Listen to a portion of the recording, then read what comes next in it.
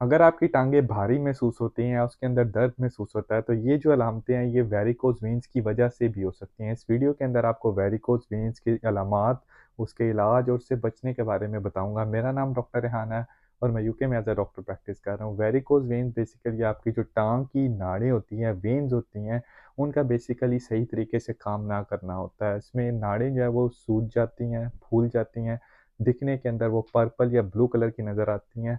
अब बेसिकली होता क्या है, जो टाँगों की वेन्स के अंदर जो वॉल्व होते हैं बेसिकली जिनका काम होता है कि ब्लड को एक डायरेक्शन में फ्लो करवाना यानी दिल की तरफ भेजना, जब वो वॉल्व सही तरीके से काम नहीं करते तो ग्रेविटी की वजह से जो खून है उन वेन्स के अंदर इकट्ठा होना शुरू हो जाता है। इसी वजह से अक्सर आपको वेन्स के बल्ज नज़र आना शुरू हो जाते हैं। इसकी दूसरी अलामत के अंदर टाँगों का बहुत ज़्यादा भारीपन महसूस होना, अनकम्फर्टेबल फीलिंग होना, अक्सर उनके अंदर दर्द का महसूस होना, अक्सर लोगों की जो टाँगें या पाँव का एरिया है वो सूज भी जाता है।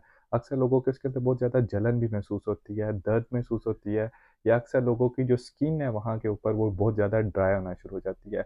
अगर आपको ये अलामात हों और आपको मसला कॉज़ कर रही हों तो ज़रूर अपने करीबी डॉक्टर से रुजू करें जो कि देखेगा कि अलामात वाक़ई वेरिकोज़ वेन्स की वजह से हैं, कोई और दूसरी बीमारी तो नहीं है।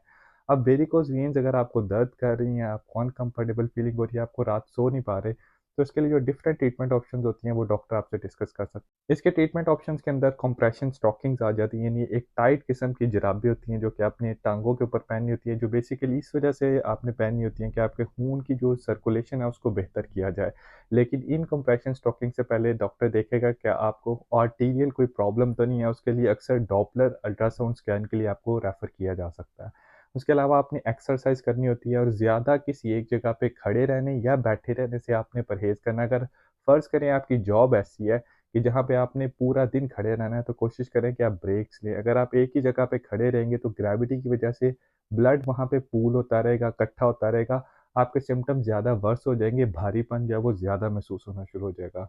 अगर इन ट्रीटमेंट ऑप्शन से आपको फ़र्क नहीं पड़ रहा तो जो नेक्स्ट ऑप्शंस होती हैं उसमें एंडोथर्मल एब्लेशन आ जाता है जिसमें हीट यूज़ की जाती है। नेक्स्ट आ जाता है स्क्लेरोथेरेपी जिसमें फ़ोम इंजेक्ट किया जाता है वेन्स के अंदर, उन वेन्स को सील करने के लिए और बाज़ औक़ात सर्जरी के अंदर उन वेन्स को निकाल दिया जाता है। वेरिकोज़ वेन से बचने का एक तरीका ये है कि अगर आप एक ही जगह पे ज़्यादा देर खड़े रहने की आपकी जॉब है या बैठे रहने की, तो हर 30 मिनट के बाद आप एक शॉर्ट ब्रेक लें। उसके अलावा आप एक्सरसाइज़ करें, अपना वज़न कम करने की कोशिश करें। जब आप रात को सोएँ तो कोशिश करें अपनी टाँगों को थोड़ा एलिवेट करके सोएँ ताकि ब्लड फ्लो जो है वो बेहतर हो। वेरिकोज़ वेन्स की कॉम्प्लिकेशंस के अंदर आ जाता है क्योंकि यहाँ पे खून जो है वो इकट्ठा रहता है और वो उभरी होती है नाड़ें। अगर यहाँ पे कट लग जाए तो यहाँ से ब्लीडिंग का चांस बढ़ जाता है। उसके अलावा बाज़ औक़ात खून इकट्ठा रहने से वहाँ पे ब्लड क्लॉट भी बन जाता है। अगर आपको मेरी वीडियो अच्छी लगे तो ज़रूर दूसरे लोगों के साथ शेयर कीजिए और वेरिकोज़ वेन्स के बारे में अवेयरनेस क्रिएट कीजिए।